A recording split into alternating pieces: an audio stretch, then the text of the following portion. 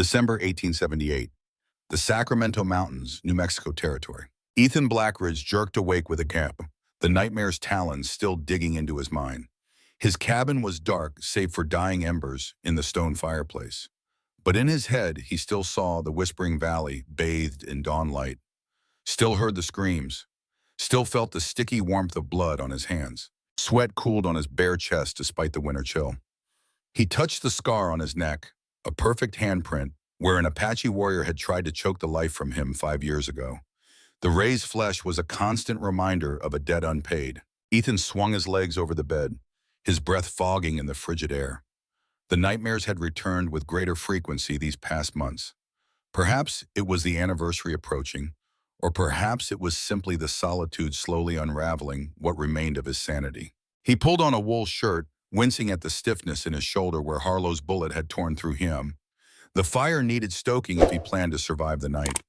As he crossed to the hearth, something stopped him, a peculiar silence. The constant Montana wind had died, leaving behind an unnatural stillness that made the hairs rise on the back of his neck. Instinct drove him to the window.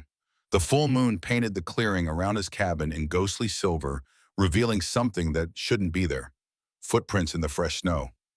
Not the broad tracks of deer or the padded prints of mountain lion. These were human footprints, narrow, deliberate. Apache footprints. Ethan's Winchester was in his hands before conscious thought caught up to instinct. He checked the chamber, grabbed his coat, and stepped into the bitter cold. The prints were fresh, perhaps an hour old, the edges only just beginning to soften. 42 years old, and he could still track as well as he had when leading cavalry patrols. Better, maybe, since he was now hunting to keep himself alive rather than to kill. He followed the trail with practiced ease, his footfalls silent despite his size. The tracks led away from his cabin toward the ancient pine that marked the eastern edge of his small property. The giant tree stood solitary against the night sky, branches heavy with snow. In the moonlight, something caught his eye, a flicker of movement, perhaps, or a glint of reflected light.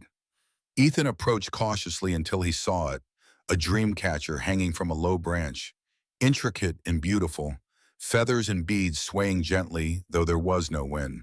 "What the hell?" he muttered, reaching out to touch the ornament. The moment his fingers brushed the woven center, a gust of wind roared through the clearing, sending snow swirling upward in spirals.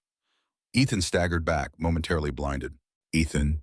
The voice was so faint he nearly missed it. A woman's whisper carried on the wind. He spun around, searching the darkness, but saw only snow and shadows. "Sarah?" He spoke his dead wife's name aloud for the first time in years, the word raw in his throat. Only silence answered. The wind died as suddenly as it had risen, leaving behind an eerie calm. Ethan rubbed his eyes, wondering if isolation had finally broken his mind. He turned back to the dream catcher, but it was gone. The branch hung empty in the moonlight. A chill that had nothing to do with the temperature ran down his spine. He continued following the footprints, which now led deeper into the forest. They were joined by another set of tracks, drag marks, as if something heavy had been pulled through the snow. And then, unmistakable against the pristine white, dark droplets. "Blood. Be careful," came the whisper again, and this time Ethan was certain it was Sarah's voice. "Not real," he muttered, "just the wind." He pressed on, following the crimson trail. The forest opened to a small clearing, and there, half buried in the snow, lay a body. A woman face down, dark hair spilling across the white ground. Her wrists were bound behind her back with rawhide strips that had cut deeply into her flesh. Her clothing, what remained of it, was traditional Apache, now torn and bloody. Every instinct screamed at Ethan to turn back, to forget what he'd seen. This was not his fight. He'd sworn off wars when he burned his cavalry uniform and buried his past alongside Mary and Emma. He'd promised himself a life of isolation, free from the complications of human connection. Yet he found himself kneeling beside her. He carefully turned her over, expecting to find her dead. Instead, dark eyes snapped open, fixing him with a gaze that was equal parts defiance and fear. Around her neck hung a medallion identical to the dream catcher that had vanished from the tree. "Shh," he said in the Apache tongue, the words rusty from disuse. "I will not harm you." The woman's eyes widened slightly at his use of her language, but her expression remained wary. Ethan cut the rawhide binding her wrists, wincing at the raw flesh beneath. As he did, he caught sight of a tattoo on her inner wrist, the symbol of the Mescalero Apache from Whispering Valley. His blood ran cold. This woman was from the very tribe whose massacre haunted his dreams. The very people Harlow had ordered slaughtered while Ethan had tried and failed to stop the madness. Her eyes began to close, consciousness slipping away. Without another thought, Ethan removed his coat and wrapped it around her. He lifted her into his arms, surprised at how light she felt despite her height. She was burning with fever, her breathing shallow and rapid. "Hold on," he murmured. "Just hold on." The trek back to his cabin seemed longer with her weight in his arms, but Ethan pushed forward through deepening snow. Each labored breath crystallized before him, mingling with the snowflakes that had begun to fall again. The storm was picking up. If he hadn't found her when he did, she would have been buried by morning. Another ghost to haunt these mountains. The cabin's warm glow finally appeared through the trees. Ethan kicked the door open and carried her inside, laying her gently on his bed. He stoked the fire until flames leaped high, casting dancing shadows across the log walls. By lamplight, he assessed her injuries: 3 broken ribs, a knife wound in her thigh, bruises covering most of her body. Someone had beaten her savagely, then left her to die in the snow. With practiced hands, he cleaned the wounds with whiskey and bound her ribs with strips torn from a clean shirt. The knife wound was deep but clean. He stitched it closed with careful precision. Throughout his ministrations, she remained unconscious, only occasionally moaning when he touched a particularly painful area.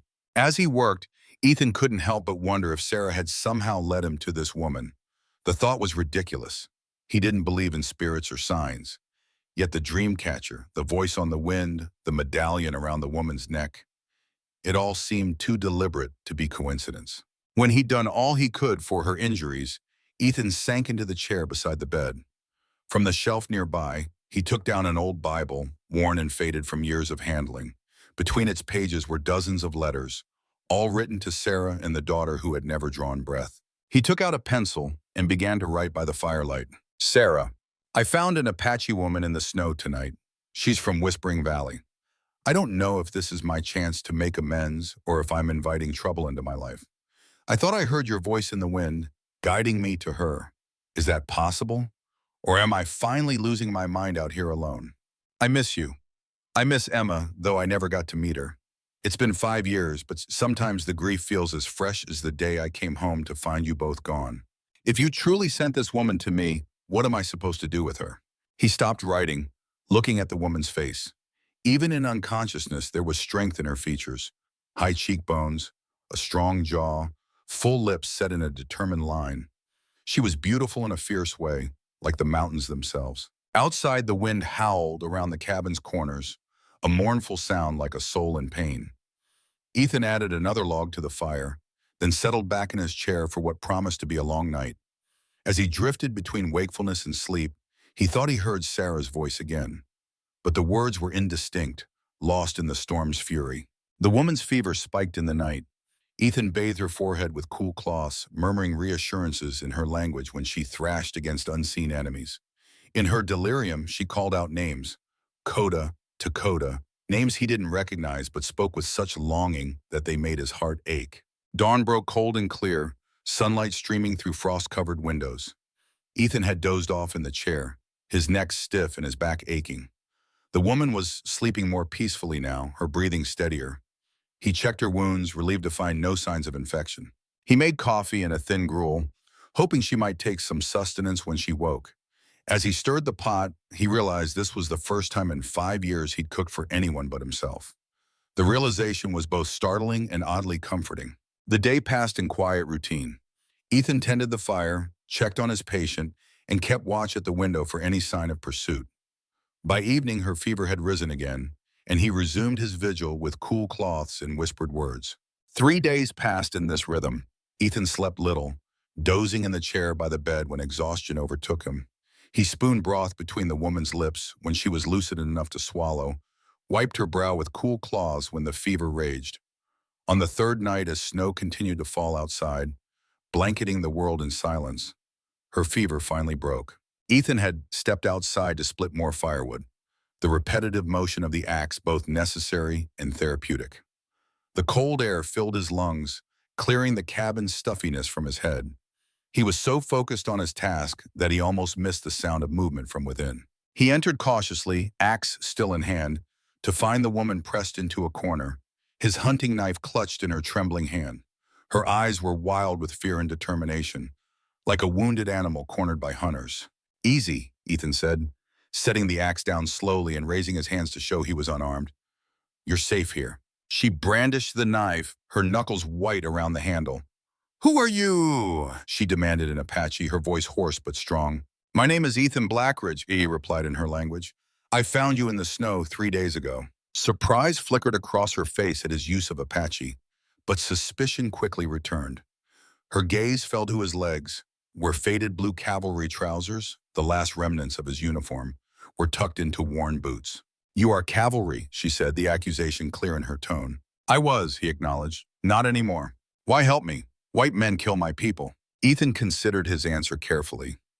The easy response would be a lie, that he'd simply found her and couldn't leave her to die. But something in her fierce gaze demanded honesty. "Not all white men, not today." He stepped back toward the door. "There's food on the table, water in the pitcher. I'll be outside if you need anything." He left her alone, returning to his woodpile. Through the window, he watched as she cautiously approached the table, still clutching the knife. She sniffed the food suspiciously before taking a small bite, then another. When she'd eaten, she examined the cabin carefully, testing the strength in her legs as she moved. Finally, she returned to the corner and slid down the wall, knife still in hand. Within minutes, exhaustion claimed her, and she slept sitting up, head tilted against the rough logs. Ethan resumed his work, giving her the space she needed to feel safe. When darkness fell, he carried an armload of wood to the porch but didn't enter. Instead, he made his bed in the small lean-to where he kept his tools, leaving the cabin to her. The next morning, he approached the door with fresh meat from his smokehouse. He knocked once to announce his presence, then entered. She was awake, still in the corner, but the knife now rested beside her rather than in her hand. "Breakfast," he said simply, placing the plate on the table. "Why do you speak Apache?" she asked, her voice stronger than the day before. Ethan busied himself adding wood to the fire. "I learned from a warrior long ago." A warrior would not teach his enemy. He wasn't my enemy by then. Ethan straightened, meeting her gaze. And I wasn't his. Something in his tone must have convinced her, for she nodded slightly. "My wounds, you tended them." "Yes, thank you." The words seemed to cost her effort, but they were sincere. Ethan nodded, acknowledging her thanks without making her feel indebted. "You should eat, regain your strength." For the next few days, they maintained an uneasy truce. Ethan would enter only to tend the fire and leave food, then retreat outside or to the lean-to where he'd been sleeping. The woman watched him constantly but slowly began to relax her guard. She moved around the cabin more, testing her healing body, examining his few possessions with curious eyes. On the 8th day, he entered to find her standing before the shelf where he kept his Bible and letters. Her hand was outstretched toward them, though she hadn't touched them. She turned when he entered, one hand braced against the wall for support. Her face was drawn with pain, but her eyes were clear and determined. "Why did you help me?" she asked again, this time in halting English. "Maybe I need to make amends for something," Ethan replied. "Amends for what?" "Many things." She studied him intently, then nodded once as if she'd reached some conclusion. "My name is Najoni." "It means beautiful in your language," Ethan said. Surprise flashed in her eyes again. "You know much of Apache ways for a white soldier." "I learned from a friend long ago." Najoni sank slowly onto the edge of the bed, clearly exhausted by even this small exertion. "The man who did this to me, he will come looking." "Who was he?" "Harlow. Captain Harlow Kingsley." She spat the name like poison. Ethan felt the blood drain from his face. Harlow Kingsley, the man who had ordered the massacre at Whispering Valley, who had shot Ethan when he tried to intervene, who had left him for dead among the Apache he'd failed to save. "You know this man," Najoni said. It wasn't a question. "Yes," Ethan admitted. "We have history." "Then you know what he is capable of." "I do." A silence fell between them, heavy with unspoken understanding. Finally, Najoni broke it. "Teach me your language better," she said. "I will teach you more of mine." And so began a curious arrangement. As winter tightened its grip on the mountains, they exchanged language lessons by the fireside. Ethan taught her English words: chair, table, snow, pain, heel. She taught him more complex Apache phrases, expressions about weather, hunting, healing. Najoni grew stronger each day, her injuries healing slowly but steadily. She began helping with small tasks around the cabin, preparing food, mending clothing, even teaching Ethan how to weave a basket in the Apache way. The knife remained within her reach, but she no longer clutched it constantly. Ethan found himself watching her when she wasn't looking. The graceful way she moved despite her pain, the intelligence in her eyes as she absorbed new words, the rare smile that transformed her solemn face when she mastered a difficult pronunciation. He wrote less to Sarah now. Some nights he sat by the fire listening to Najoni instead, learning about her people's ways, their beliefs, their struggles. He found himself telling her about his own past, snippets at first, then longer stories. He'd never spoken of these things to anyone before. "Why do you write letters?" Najoni asked one evening, nodding toward the Bible on the shelf. "No one comes to take them." Ethan hesitated. This was his most private ritual, the one thing that had kept him sane through years of isolation. But Najoni had shared her own pain with him, and fairness demanded reciprocity. "They're for my wife, Sarah, and my daughter, Emma." He stared into the fire, the flames blurring in his vision. "They died 5 years ago while I was away. Fever took them both." Najoni was quiet for a long moment. "The letters, they help you speak to their spirits?" "I don't know if spirits can hear us," Ethan said, "but it helps me remember them, helps me feel less alone." Najoni nodded, understanding in her eyes. "My people believe the dead are always with us. Their spirits guide us, protect us." "Do you believe that?" "I have seen it," she said simply. "The night you found me, I was ready to join the spirits. I had nothing left. Then I heard my brother's voice telling me to hold on, that help was coming." She touched the medallion at her throat. "This soul pendant, it connects the living to those who have passed beyond." Ethan thought of Sarah's voice in the wind, of the dream catcher that had vanished. "I thought I heard my wife the night I found you." Najoni's eyes widened slightly. "Perhaps she guided you to me." "Why would she do that?" "Spirits often see what we cannot." Najoni's gaze was penetrating, as if she could see into the depths of his soul. "Perhaps she knows you need to face your past to find peace." The words struck Ethan like a physical blow. He had been running from his past for 5 years, from the massacre at Whispering Valley, from his failure to save those people, from the grief of losing Sarah and Emma. He had built walls around himself, believing isolation was the answer. But the nightmares had only grown worse, the guilt heavier with each passing year. One evening, as snow fell heavily outside, Najoni began to sing softly. The melody was haunting, a lullaby that seemed to weave through the cabin like smoke, settling into the very walls. When she finished, the silence felt sacred, somehow. "What was that song about?" Ethan asked. "A child waiting for his mother beneath the moon," she replied, "and the wolf that guards him until she returns." Ethan nodded, understanding dawning. "You have a child." Najoni's eyes filled with tears, the first he'd seen from her. "Coda, my sister's son, 6 summers old now." "Your sister's son?" "My sister and her husband died in a raid. Dakota, my older brother, was killed trying to protect them during the massacre at Whispering Valley." Her voice grew soft with pain. "I still have a younger brother, Nakohe, who escaped with Coda. He is hiding with my people now, protecting my nephew. They are all I have left of my family." "Where is he now?" "With my people, hidden in the mountains. Safe, I hope." She looked up, meeting Ethan's gaze. "Harlow took me when I was gathering herbs. He wanted to know where our new camp is, where the children are hidden." Ethan's jaw tightened. "To sell them?" "Yes, and something more." Najoni touched the medallion at her neck. "He seeks this, the soul pendant. He believes it has power." Ethan leaned forward, studying the intricate silver disc with its web of etched symbols. "What kind of power?"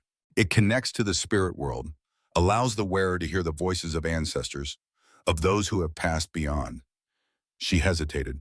"Sometimes it can show the future." "You believe this?" "I have seen it work." She studied his face. "You do not believe in spirits?" Ethan thought of Sarah's voice in the wind, of the dream catcher that had vanished. "I don't know what I believe anymore." Najoni reached out, taking his hand in hers. Her palm was calloused but warm against his skin. "Close your eyes," she instructed. Reluctantly, Ethan obeyed. She placed the medallion in his palm, folding his fingers around it. "Be still, listen." At first he heard nothing but the crackle of the fire and the howl of wind outside. Then, faintly at first, but growing stronger, he heard it. Sarah's laugh, bright and clear as it had been in life. A child's giggle joined it, though he'd never heard Emma laugh. It's time to let us go, Ethan, Sarah's voice whispered in his mind. Find your path forward. His eyes snapped open, heart racing. What trick is this? Nizoni regarded him calmly. No trick. The pendant connects to what is already in your heart. Ethan returned the medallion, unsettled by the experience. I should check the horses, he said abruptly, needing to escape the intimacy of the moment. Outside, the cold air cleared his head. He stood in the falling snow, looking up at the vast night sky, wondering if Sarah was truly watching over him, if she had somehow led him to Najoni for a purpose. The days grew shorter, the nights longer. December deepened toward the solstice, bringing with it bitter cold and crystal-clear nights when the stars seemed close enough to touch. Ethan and Najoni fell into a rhythm, their initial wariness giving way to a comfortable companionship. They shared the tasks of survival, hunting, cooking, tending the fire. She taught him to read the weather and subtle signs he'd never noticed before. He taught her to use his rifle, though she was already a skilled shot with a bow. At night they talked. Najoni spoke of her childhood in Whispering Valley, of the beauty of the Apache way of life before the white man's wars had shattered it. Ethan told her of his own upbringing in Pennsylvania, his journey west as a young man seeking adventure, his enlistment in the cavalry, believing he would be protecting settlers from hostile natives. I was wrong about so many things, he confessed one night. We were told the Apache were savages who killed for pleasure. But when I met your people, he shook his head, they were just trying to survive, to protect their families, their way of life. And yet you stayed with the blue coats, Najoni observed without accusation. I thought I could make a difference from within. Ethan's laugh was bitter. I was a fool. What happened at Whispering Valley? She asked, her voice soft. You were there, weren't you? Ethan was silent for a long moment, the question striking at his deepest shame. Finally, he nodded. I was sent ahead to negotiate peace. Your brother Dakota, he was the one who met with me. We talked for hours over 3 days. He was remarkable, wise beyond his years, determined to find a way for his people to live with dignity. Najoni's eyes glistened with tears. He believed peace was possible. We both did. We had worked out terms, land for your people, guarantees of safety. I sent word to my commanding officer, Captain Harlow Kingsley. Ethan's hands clenched into fists at the memory. He arrived the next morning with 60 men. I thought they were coming to finalize the treaty. He fell silent, the horror of what followed almost too painful to articulate. They opened fire without warning, he finally continued, his voice hollow. Women, children, elders. Harlow didn't care. He ordered his men to kill everyone. When I tried to stop it, to call off the attack, he shot me. Ethan touched his shoulder where the old wound still ached in cold weather. Left me for dead among your people. Najoni's face was a mask of grief, but there was no hatred in her eyes. How did you survive? Dakota found me. He could have killed me. Should have, maybe. Instead, he dragged me to a cave, tended my wound. For days, he cared for me while I fevered, taught me your language when I was lucid. Then he left to find survivors. Ethan's voice broke. I never saw him again. He died 2 days later, Najoni said softly, a cavalry patrol hunting survivors. They sat in silence, the weight of shared grief hanging between them. Finally, Najoni spoke again. Harlow must have recognized me, known I was Dakota's sister. He never forgets a face, Ethan agreed, or a grudge. He will come for me, Najoni said with certainty. And when he does, he will kill you too. Let him try. Ethan's voice was steel. This time I won't be caught by surprise.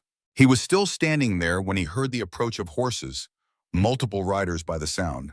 Ethan moved quickly to the woodpile where his Winchester rested, raising it just as the first rider emerged from the tree line. Don't shoot, Ethan, it's me. The familiar voice made him lower the rifle slightly. Maxwell? Maxwell Turner rode into the clearing, snowflakes dusting his cavalry coat. Behind him were 2 more soldiers, their faces obscured by scarves against the cold. What the hell are you doing here, Max? Ethan demanded as his old friend dismounted. Maxwell's expression was grave beneath his hat. You've got trouble, Ethan, big trouble. How did you even find me? I've been off the grid for 5 years. You're not that hard to find if someone's motivated enough. Maxwell glanced at the cabin. We need to talk. Privately. Ethan hesitated, then nodded. Wait here. He returned to the cabin where Najoni was already on her feet, tension evident in her posture. Soldiers, she said, fear and anger warring in her voice. My old friend, Maxwell Turner, he says there's trouble. He brings trouble, she corrected. Ethan grabbed his coat. Stay inside, I'll find out what he wants. Back outside, Maxwell had sent the other soldiers to check the perimeter, leaving them alone. You've done it this time, Ethan, Maxwell said, his breath clouding in the cold air. Harboring an Apache woman? Have you lost your mind? How do you know about her? Because Harlow Kingsley is offering $1,000 for her return and $500 for the man helping her. Ethan's grip tightened on his rifle. Harlow is supposed to be in prison. He was discharged, not imprisoned. And he's been building quite an operation since then, trading in Apache captives to mines and plantations in Mexico. Maxwell stepped closer. But that's not the worst of it. He's telling everyone that you were the one who ordered the massacre at Whispering Valley. What? Ethan's voice was deadly quiet. He's rewriting history, Ethan. Says you went native after the massacre out of guilt. That you deserted because of what you'd done. That's a damned lie. He gave the order. I tried to stop it. I know that, Maxwell said, but Harlow's got friends in high places, and he's been spreading this story for years. Now that he's found you, he left the implication hanging. How far behind you is he? 2 days, maybe less. He's got at least 5 men with him. Ethan ran a hand through his hair. Why are you here, Max? To warn me or to collect the bounty? Maxwell looked offended.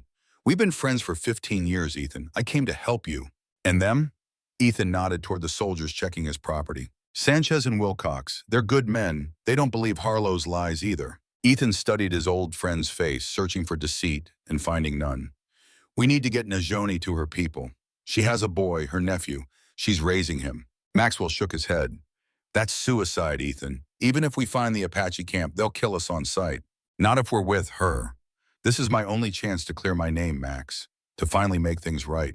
Or we could go to Fort Jameson, report Harlow's operation.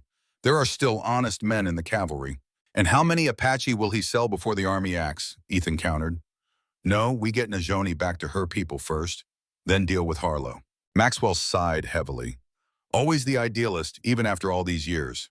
He glanced at the cabin again. Is she worth risking your life for? Ethan followed his gaze. Through the window, he could see Najoni standing by the fire, her silhouette straight and proud despite her injuries. She is, he said simply. They spent the night planning their escape. Maxwell's men would create a false trail leading north toward Fort Jameson, while Ethan and Najoni would head east through Whispering Valley, the last place Harlow would expect them to go. As dawn approached, Ethan packed supplies and saddled 2 horses. Before leaving, he took out the Bible with his letters to Sarah. He started to pack it, then paused, looking at the final entry he had written the night before. Sarah, I think I understand now why you led me to her. Some debts can only be paid in person. I'm going back to Whispering Valley, back to the place where I failed to save so many. I don't know if I'll return from this journey, but for the first time in 5 years, I feel like I'm doing something right. I'll always love you and Emma, but I can't keep living in the past. It's time to face what happened, to make what amends I can. If you truly are watching over me, I hope you understand. Goodbye, my loves. He placed the Bible on the table, weighing it down with a smooth river stone. It felt like closing a chapter of his life, painful but necessary. When he emerged from the cabin, Najoni was already mounted, wrapped in furs against the cold. She looked like a warrior queen from ancient legends, her dark hair flowing from beneath a fur cap, the soul pendant gleaming at her throat. Ready? He asked. She nodded once, her eyes scanning the horizon, east, through the valley of my ancestors. It won't be easy going back there, Ethan warned. Some journeys are not meant to be easy, she replied, only necessary. As they rode away from the cabin, Ethan felt Sarah's presence one last time, a gentle touch like a hand on his shoulder, then gone. He didn't look back at the only home he'd known for 5 years. His path lay forward now, into a past he tried to forget and a future he couldn't begin to imagine. The wind picked up as they rode, carrying with it the promise of more snow. Beside him, Najoni sat tall in the saddle despite her injuries, her face set in lines of determination.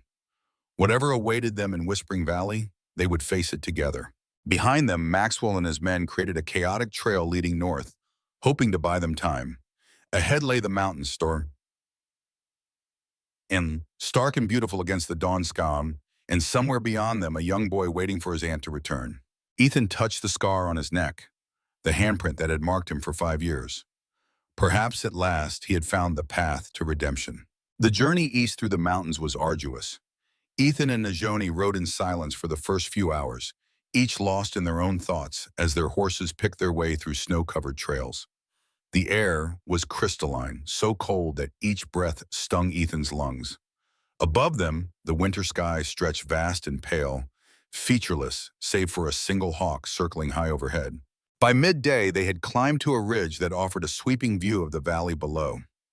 Ethan reined in his horse, scanning the landscape for any sign of pursuit. So far, there was nothing but pristine snow and the dark silhouettes of pine forests. "We should reach the eastern pass by nightfall," he said, his voice sounding unnaturally loud in the mountain stillness. "There's an old trapper's cabin where we can shelter." Nizoni nodded, her gaze fixed on something in the distance. Beyond that pass lies Whispering Valley.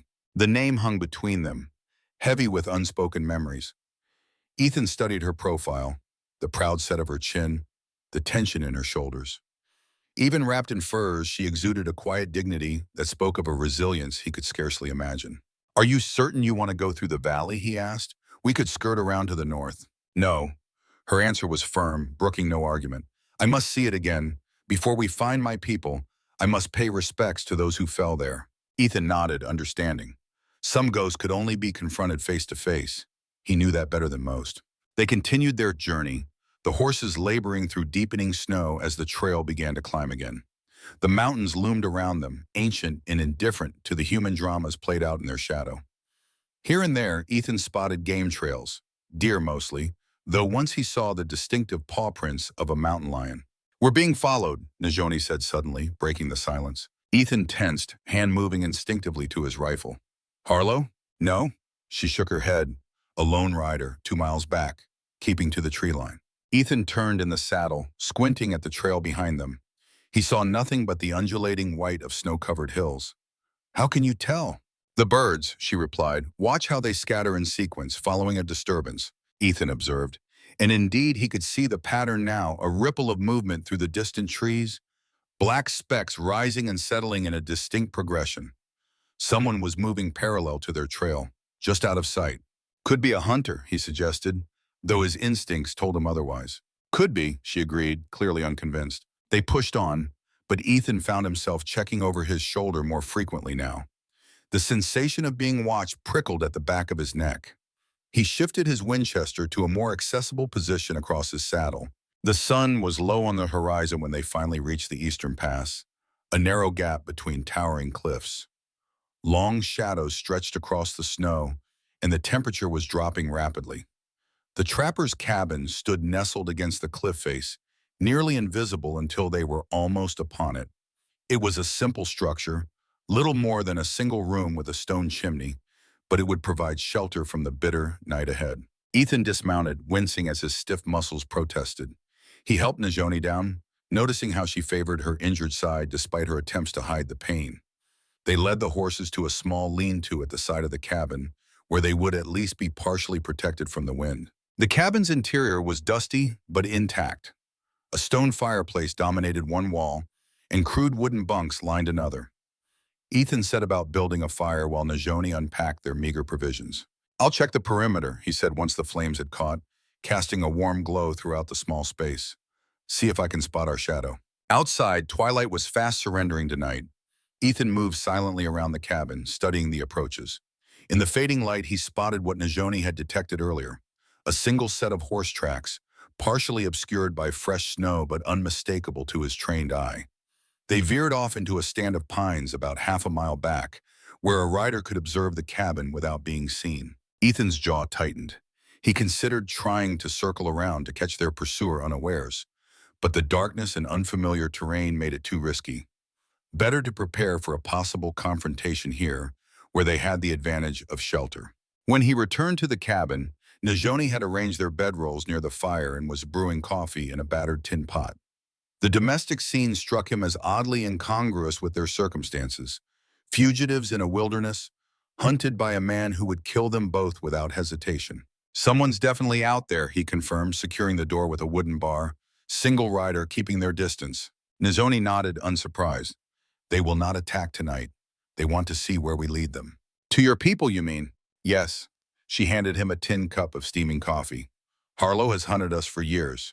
Many of my tribe have been taken, sold to mines in Mexico or to farmers in Texas. The coffee was bitter but warming. Ethan drank deeply, letting the heat seep into his bones. And this soul pendant, why is it so important to him? Nizoni touched the silver medallion at her neck, her expression solemn in the firelight. My grandfather was a powerful shaman. Before he died, he placed a part of his spirit in this pendant. It is said that whoever possesses it can communicate with the dead, even command them. You believe this? I have felt its power. She met his gaze steadily. As have you. Ethan couldn't argue with that. The voice in the wind, Sarah's presence, they seemed less like hallucinations with each passing day. Still, the idea that Harlow, a man of brutal pragmatism, would believe in such things seemed implausible. Harlow doesn't strike me as a man concerned with spirits, he said. The pendant is also the key to finding our sacred cave, Najoni explained. A place where, it is said, our ancestors hid great treasures before the white men came. Gold, jewels. She shrugged. I do not know if such treasures exist, but Harlow believes they do. And that's why he wants you to lead him to this cave. Yes, and Dakota. Ethan frowned. What does your nephew have to do with this? Nizoni hesitated, and Ethan sensed she was weighing how much to reveal. Finally, she sighed. Coda is not just my nephew. He is the last of my grandfather's bloodline. The pendant's power is strongest in those who share the shaman's blood. So Harlow wants the boy to use the pendant. He wants to use us both. Najoni's voice hardened. But I would die before I let him touch Coda. The fierce protectiveness in her tone reminded Ethan of how Sarah had been with Emma during her pregnancy, the instinctive, lioness-like devotion of a mother to her child. He felt a sudden, sharp pang of loss, quickly suppressed. They ate a simple meal of jerky and hardtack, speaking little. The fire crackled in the hearth, throwing dancing shadows on the rough walls. Outside, the wind had picked up, moaning around the corners of the cabin like a restless spirit. We should rest, Ethan finally said, checking that his rifle was within easy reach of his bedroll. Long day tomorrow. Nizhoni nodded but made no move toward her own bedding. Instead, she took the pendant from around her neck and held it in her palm, closing her eyes. Her lips moved in silent prayer or incantation. Ethan watched, fascinated despite his skepticism, as the silver disc seemed to catch the firelight and hold it, glowing with an intensity that appeared greater than mere reflection. After several minutes, she opened her eyes and looked at him with an expression he couldn't quite decipher. My brother's spirit is near, she said quietly. He says we must be vigilant. Danger comes not just from behind, but from within our circle. Maxwell? Ethan frowned. He's my friend, Najoni. He risked everything to warn us. I do not know. She replaced the pendant around her neck. The spirits speak in riddles sometimes. We must be watchful, that is all. Ethan wanted to dismiss her warning as superstition, but after what he'd experienced with Sarah's voice, he couldn't quite manage it. Besides, caution had kept him alive for 5 years in these mountains. He wouldn't abandon it now. They settled into their respective bedrolls, the fire between them. Ethan lay awake for a long time, listening to the wind and pondering Najoni's words. Danger from within their circle. The thought troubled him more than he cared to admit. Sleep finally claimed him, but it was restless, plagued by disjointed dreams. Whispering Valley appeared, but not as he remembered it. The peaceful Apache settlement transformed into a killing field, bodies scattered across blood-stained snow. Among the dead, he saw Sarah and Emma, though he'd never actually seen his daughter. In the dream, she had Sarah's eyes and his stubborn chin. Harlow moved through the carnage, methodical and unhurried, collecting the soul pendants from each victim. When he reached Sarah, he looked up and directly at Ethan, as if aware he was being observed. His lips curled in a cruel smile. You failed them, he said, his voice unnaturally clear. You'll fail her too. Ethan jerked awake, heart hammering against his ribs. The fire had died down to embers, casting the cabin in deep shadow. Outside, the wind had stilled. In the silence, he heard it, a soft scrape against the outer wall, like someone trying to peer through a gap in the logs. Moving with the silence years in the wilderness had taught him, Ethan reached for his rifle. Across the dying fire, Najoni was already awake, her hand on the knife at her belt. Their eyes met in silent communication. Another sound, a footstep in the snow, too careful to be an animal. Ethan motioned for Najoni to stay low as he crept toward the single window, a small opening covered with oiled paper. Positioning himself to the side, he carefully peeled back a corner of the paper and peered out. Moonlight gleamed on fresh snow, turning the landscape into a silver tableau. At first, he saw nothing amiss. Then a shadow detached itself from the deeper darkness beside the lean-to where their horses were tethered. A figure wrapped in furs moving stealthily toward the cabin door. Ethan raised his rifle, sighting along the barrel. One shot would end the threat, but it would also alert anyone else in the vicinity to their location. Besides, he didn't know who this lone pursuer was. If it was one of Harlow's men, why separate from the main group? The figure reached the door, testing it gently. Finding it barred, they moved along the wall toward the window. Ethan tensed, finger hovering near the trigger. A few more steps and the intruder would be directly in front of him. The figure paused, as if sensing the danger. Then slowly they reached up and pulled back the hood of their fur coat. Ethan nearly dropped his rifle in shock. Illuminated in the moonlight was the face of a young Apache man, barely more than a boy, really. His features were hauntingly familiar, and with a jolt, Ethan realized why. He bore a striking resemblance to Dakota, though younger. Clearly they shared blood. "Najoni," Ethan whispered urgently. "Come here." She joined him at the window, and he felt her stiffen beside him. "Nakoi," she breathed, "my younger brother." Without another word, she rushed to the door and lifted the wooden bar. Ethan kept his rifle ready, still suspicious despite her apparent recognition. The door swung open, and the young man stepped inside, stamping snow from his boots. "Sister," he said in Apache, embracing Najoni with obvious relief. "I feared I was too late. I have been searching since you disappeared." "Now, Kohei, what are you doing here?" she demanded, though she clung to him just as tightly. "You should be with Koda, keeping him safe." The young man, Nakoe, glanced warily at Ethan, who had lowered his rifle but still held it at the ready. "He is safe, hidden with the elders. Koda is brave for a 6-year-old. He understands the danger." He switched to halting English. "I come to warn. Harlow has many men, not just 5, 15, maybe more. They split up. Some follow your false trail north. Others come this way." Ethan and Najoni exchanged alarmed looks. "How do you know this?" Ethan asked. Nakohe's expression darkened. "I was captured 3 days ago. Escaped last night. I hear them talk. They know you go east, to our people." He touched his sister's arm. "They know about Koda, about the pendant. The soldier with you," he continued, looking at Ethan. "Maxwell. He tells Harlow these things." The accusation hung in the air like a physical presence. Ethan shook his head, unwilling to believe it. "No, Maxwell wouldn't betray us. He's my friend." "Friend or not, he speaks to Harlow," Nakohe insisted. "I hear with my own ears." Nizoni's warning echoed in Ethan's mind. Danger comes not just from behind, but from within our circle. Had Maxwell been playing him all along? It seemed impossible, yet he couldn't dismiss Nakohe's claim outright. "We need to move," he decided, pushing aside his personal confusion for the moment. "If Harlow's men are closer than we thought, this cabin is too exposed." As they warmed themselves on the fire, Ethan studied the young Apache. "You mentioned Dakota was your brother too?" Nakohe nodded solemnly. "Dakota was eldest, our leader after father died. I was too young for the peace talks at Whispering Valley." His eyes darkened. "Maybe if I had been there." "No," Najoni said firmly, placing a hand on her younger brother's shoulder. "Then I would have lost both brothers that day. Dakota chose his path, to seek peace. Your path was to survive, to help protect Koda and our people." Nakohe looked down. "I try to honor his memory, to be brave like him." "You are," Najoni assured him. "Coming here alone to find me, Dakota would be proud." Ethan now understood the family structure more clearly. Dakota, the eldest, killed at Whispering Valley 5 years ago. Nakohe, the younger brother, barely a man then, now grown into a warrior himself. And between them, Najoni holding what remained of their family together. "The storm comes," Nakohe warned, gesturing toward the window. Sure enough, the clear night was giving way to low, heavy clouds scudding across the moon. "Bad snow, very bad." "All the more reason to leave now," Ethan countered. "The storm will cover our tracks." He began gathering their supplies, his mind racing ahead to map their route. "Nakohe, did you come on horseback?" The young man nodded, horse hidden in trees. "Good.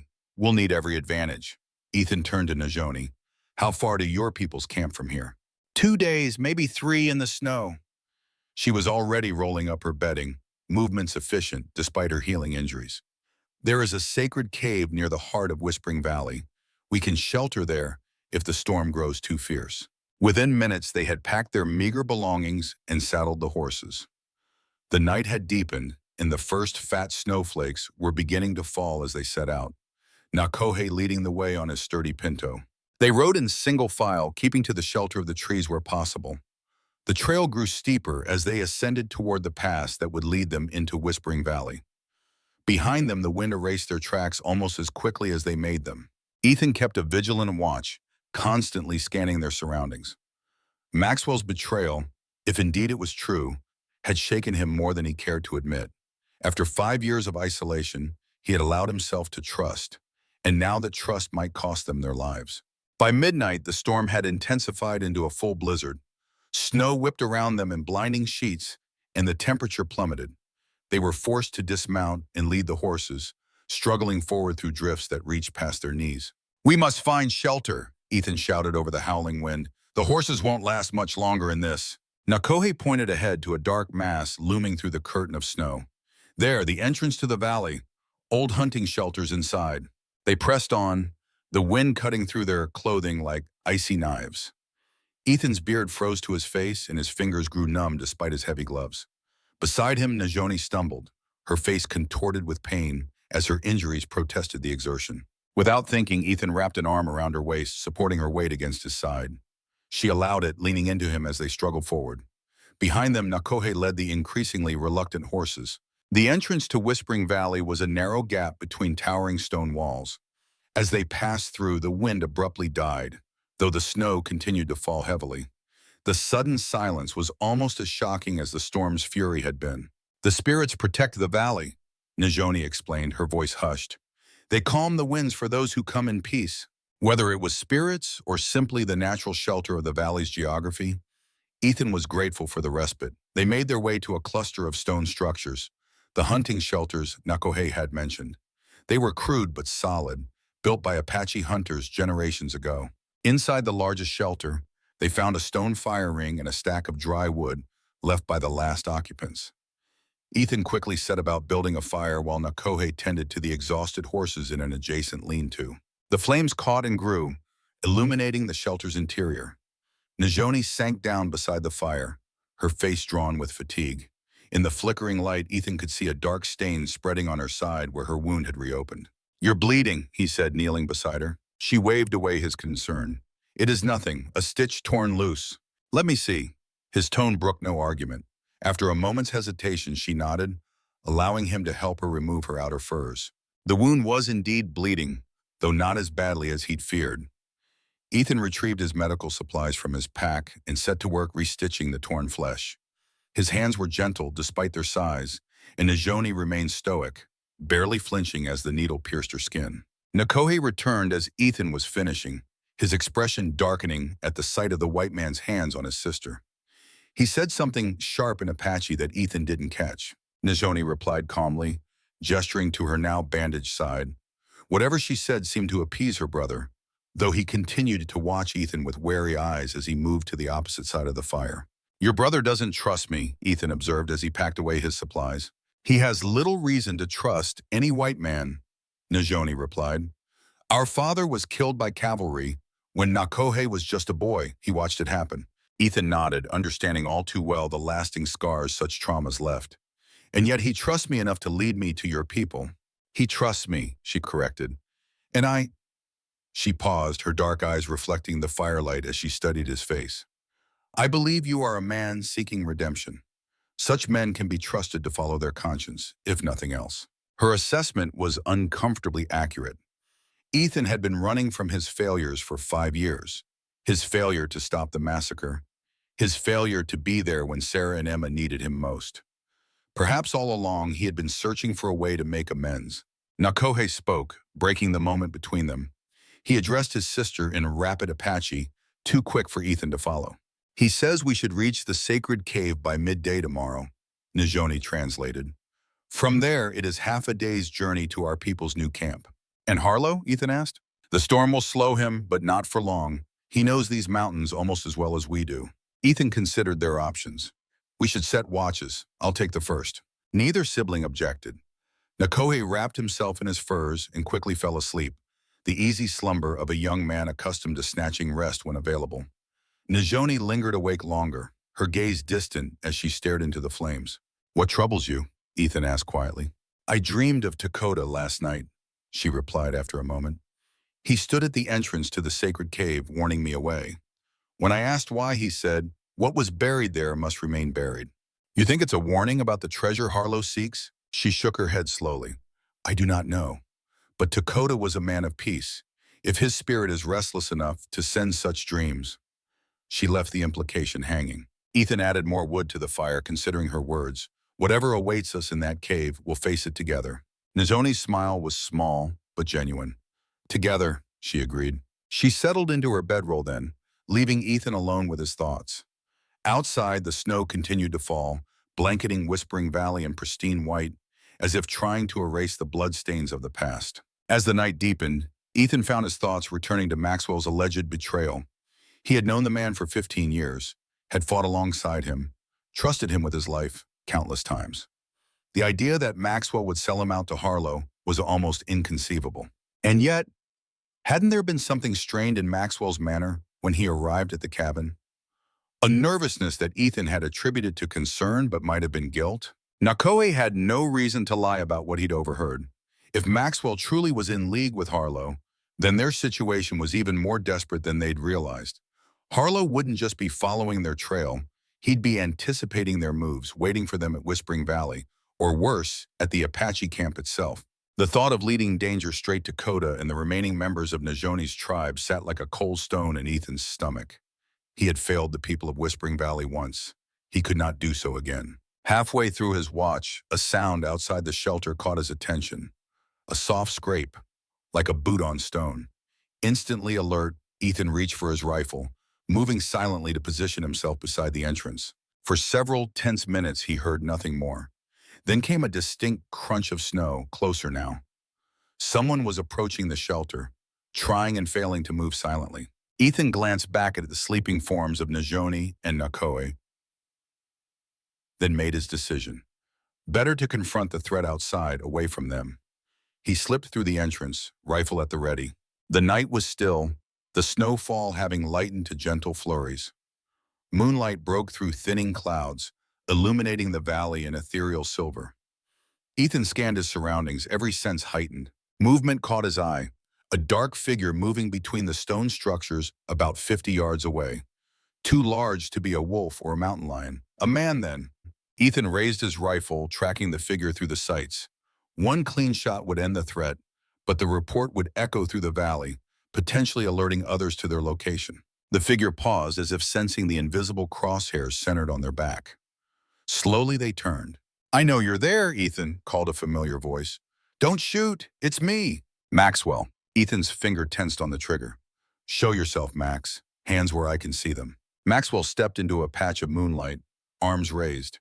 He was alone, unarmed as far as Ethan could tell. "We need to talk." "We're past talking." Ethan kept the rifle trained on his former friend. "Nakohe told us about your deal with Harlow."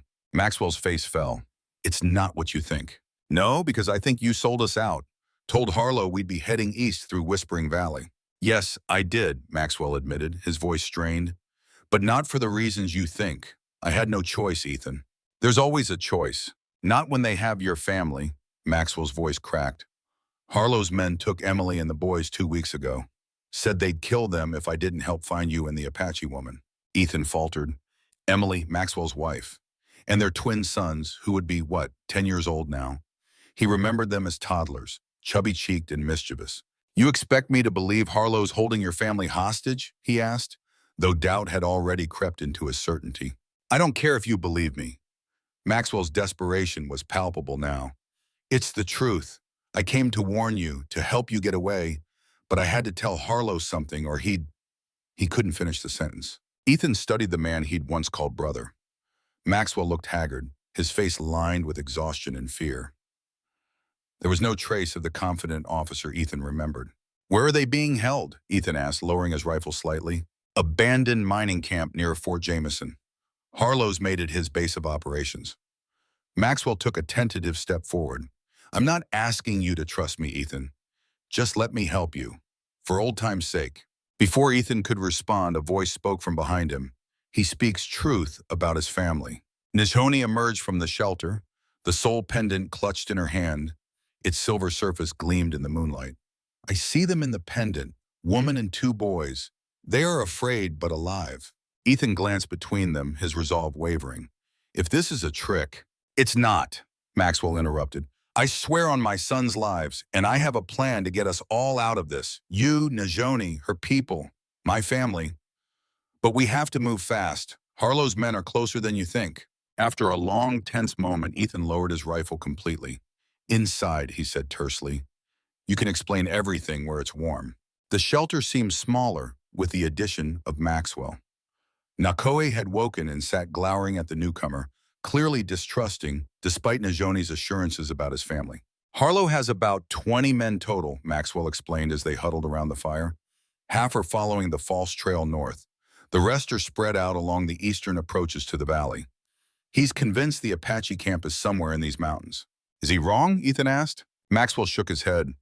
No, his scouts found signs a few days ago. Fresh tracks, remnants of hunting parties. They're close, but they haven't pinpointed the exact location yet. So what's your plan? Ethan demanded. Harlow wants the pendant in the boy. Coda, right? Maxwell looked to Nijoni for confirmation. That's his primary goal. The rest of the tribe, he'll sell to his contacts in Mexico, but the boy and the pendant are personal. Nijoni's face hardened. He will never touch my nephew. I'm not suggesting we give them to him, Maxwell clarified hastily, but we can use his obsession against him. Draw him away from both your people and my family. How? Ethan asked. The sacred cave, Maxwell said. Harlow's convinced that's where the treasure is hidden. If we can make him believe Nijoni is leading us there to recover it ourselves. We become the target, Ethan finished, understanding dawning. He focuses on us, giving your men a chance to rescue your family and warn the Apache camp. Exactly. Maxwell leaned forward earnestly. Sanchez and Wilcox are already on their way to the mining camp. They're good men, loyal to me, not Harlow. They'll get Emily and the boys out while Harlow's attention is on us. And when Harlow catches up to us at the cave, Nakohe spoke for the first time, his English halting but clear. What then? Maxwell's expression turned grim. We make our stand. The cave has only one entrance, easy to defend, and it's sacred ground to your people. Maybe those spirits Nijoni talks to will lend a hand. It was a desperate plan, fraught with risks, but Ethan couldn't deny it had a certain logic. Draw Harlow away from both vulnerable groups, confront him on terrain of their choosing. What do you think? He asked Nijoni. She was silent for a long moment, her fingers tracing the intricate patterns of the soul pendant. The cave is sacred, she finally said. No white man has ever entered it. But, she looked up, meeting Ethan's gaze. Perhaps it is time for that to change. If Dakota's spirit warned me away, perhaps it was not to prevent entry, but to prepare me for what we must do there. Nakoe looked shocked. Sister, you cannot. I can and I will, she cut him off firmly. Too many of our people have been taken, Nakohe.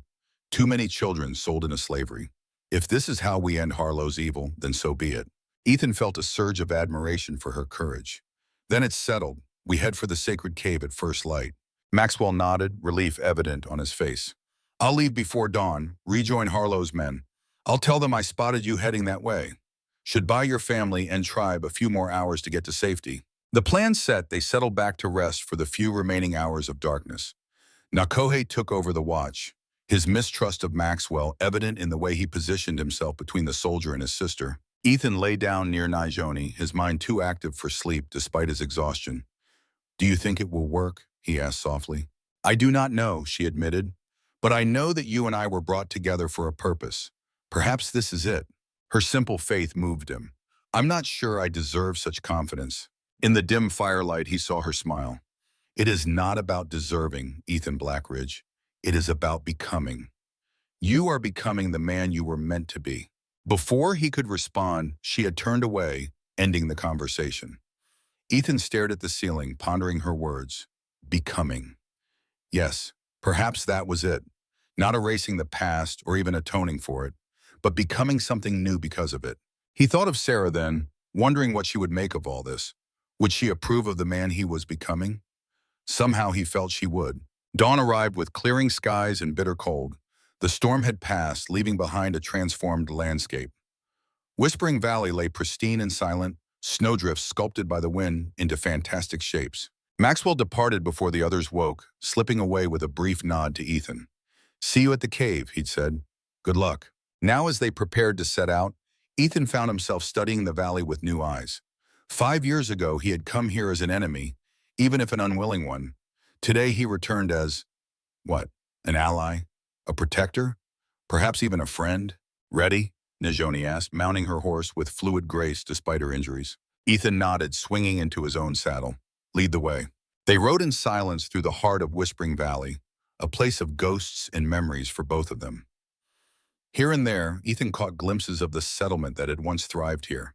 The charred remains of a lodge, a cairn of stones marking a mass grave, a child's doll half buried in the snow. Najoni rode with her head high, but Ethan saw the pain in her eyes as they passed these remnants of her former home. Nakohe, too young to have experienced the massacre directly, nevertheless seemed to feel the weight of it, his normally animated face solemn. By midday, they had reached the far end of the valley, where the terrain rose sharply toward a ridgeline of jagged stone. Najoni led them to what appeared to be a solid rock face, dismounting before a narrow fissure barely visible unless one knew exactly where to look. "The sacred cave," she announced, removing the soul pendant from around her neck. "Only those who bear the pendant may enter freely." Ethan dismounted, eyeing the narrow opening skeptically. "Will Harlow be able to follow us in?" "Yes, but only through this entrance. Inside, the cave opens into chambers large enough for many people." She held out the pendant to Ethan. "You must wear this." He blinked in surprise. "Me? But it's your family's heirloom." "The spirits guided you to me for a reason," she said simply. "I believe the pendant has a purpose for you. Wear it, at least while we are inside." Reluctantly, Ethan accepted the silver disc, slipping its leather cord around his neck. The metal felt unnaturally warm against his skin, almost alive. Nakohe secured their horses in a sheltered hollow nearby, concealing them as best he could. "I will watch the entrance," he offered. "Warn when Harlow comes." Najoni embraced her brother briefly. "Be careful. If it becomes too dangerous, flee to our people. Do not sacrifice yourself." The young man's expression suggested he had no intention of following that particular instruction, but he nodded anyway. Ethan and Najoni approached the fissure in the rock face. Up close, he could see ancient symbols carved around the opening, handprints, spirals, figures of men and animals. They seemed to shimmer slightly in the winter sunlight, though that might have been a trick of the eye. "What happens inside?" he asked, suddenly apprehensive. Nizoni's expression was solemn. "The cave shows each visitor what they need to see. Sometimes it is the past, sometimes the future, sometimes merely the truth of one's own heart." "That sounds uncomfortable." Her smile was small but genuine. Growth often is. With that cryptic remark, she slipped into the narrow opening, disappearing into darkness. After a moment's hesitation, Ethan followed, the soul pendant warm against his chest as he stepped into the sacred cave. The transition from daylight to darkness was immediate and disorienting. Ethan blinked, allowing his eyes to adjust as he followed Najoni deeper into the sacred cave. The narrow passage quickly widened, opening into a chamber that seemed impossibly vast given the modest entrance. What struck him first was not the size but the light. The cave wasn't dark at all. A soft, blue-white illumination emanated from crystalline formations embedded in the walls, bathing everything in an ethereal glow. The air was surprisingly warm and carried a faint, pleasant scent like sage after a summer rain. "What is this place?" Ethan whispered, his voice carrying despite his attempt to keep it low. "The heart of my people's spirit," Najoni replied, her face transformed by the strange light. "This cave has been sacred to us since before memory. Our shamans come here to commune with ancestors, our warriors to seek guidance before battle, our mothers to pray for the safety of their children." Ethan moved deeper into the chamber, drawn by the glowing crystals. As he approached, he noticed intricate paintings covering the rock surfaces between the formations, handprints, animal figures, symbols he couldn't decipher. Unlike the crude pictographs he'd seen in other caves, these were rendered with astonishing detail and vibrant colors that seemed untouched by time. "These can't be natural," he said, gesturing to the light sources. "They are and they aren't," Najoni answered cryptically. "The stones themselves come from the earth, but their power comes from somewhere else. She touched one of the crystals reverently. Our legend says they are tears shed by the Sky Father when his children first turned away from his teachings. They glow to remind us of his eternal vigilance. The soul pendant at Ethan's throat grew warmer, almost uncomfortably so. He reached up to touch it and was startled to find it pulsing gently against his palm, like a tiny heartbeat. It recognizes its home, Najoni explained, noticing his reaction. The pendant was created here from the same crystal that lights our path. She led him deeper still, through a series of connected chambers, each more remarkable than the last. In one, a small spring bubbled up from the floor, its water so clear it was nearly invisible save for its gentle movement. In another, thousands of tiny crystals covered the ceiling like stars, reflecting in a still pool below to create the illusion of standing in infinite space. Finally, they reached what appeared to be the central chamber, a perfectly circular space with a raised stone dais at its center. The dais held a basin carved from the same crystalline material that illuminated the cave, filled with water so still it might have been solid. "This is the seeing pool," Najoni said, her voice hushed with reverence. "Here, those who wear the pendant may glimpse what has been, what is, and sometimes, what may yet be." Ethan approached the basin cautiously. Is this what Harlow is after? This, and the power it represents. Najoni stood beside him, her reflection joining his in the pool's mirror-like surface. With the pendant and a child of shaman blood to guide him, Harlow believes he could use this place to speak with the dead, to command them even, to find treasures our ancestors hid from conquistadors long ago. And can he? Ethan asked, unable to tear his gaze from the water, which seemed to be slowly shifting, clouds of color swirling beneath the surface. The cave allows what it allows, she replied.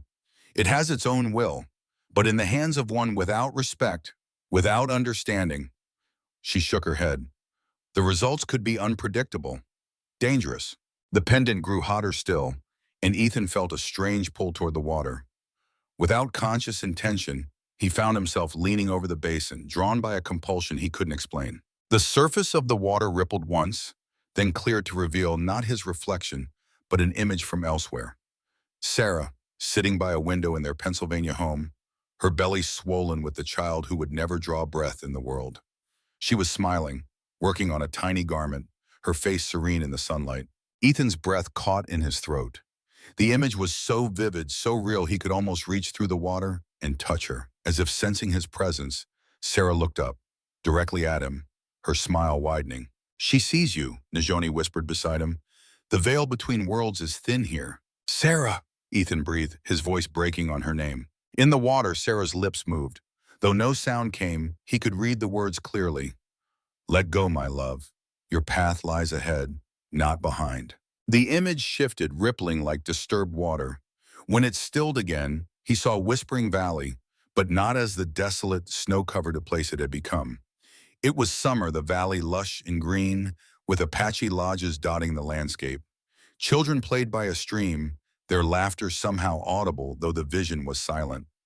Among them was a boy he recognized instinctively as Coda, though he'd never seen Najoni's nephew.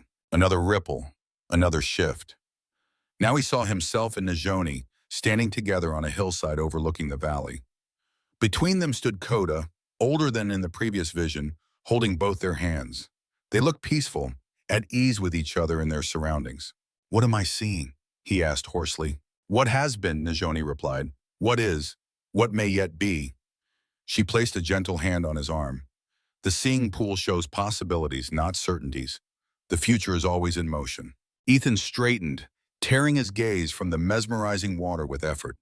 The vision of a possible future with Najoni and Coda had affected him more deeply than he cared to admit.